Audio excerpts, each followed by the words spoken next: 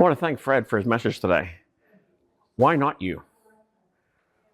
Why not you? Why not allow God to use you? God wants to use you in your experiences.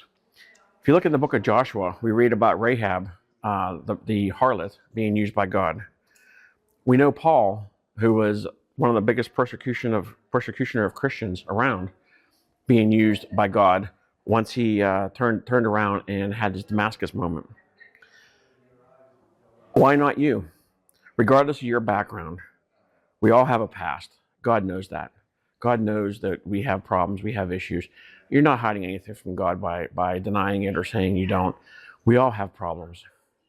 But we can all be used by God, and God wants to use you individually and use that past and use those circumstances for the good of others, for the good of the community, for the good of church, and to accomplish His will here on earth, and that is so that we see nobody perish.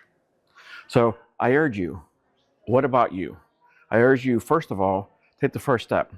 Be willing to let God use you. Open your heart, allow God to speak to you, tell you where He can use you and how He can use you. That's my prayer for you today, that you would allow God to speak to you, that you would be receptive to it, and that He would be able to use you in great ways. Maybe you can do that here at Restoration. We invite you. We hope you join us at some point. We're just like you. We're all sinners. We all have issues. We all have a past.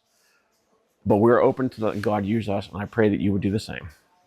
Thank you, and God bless.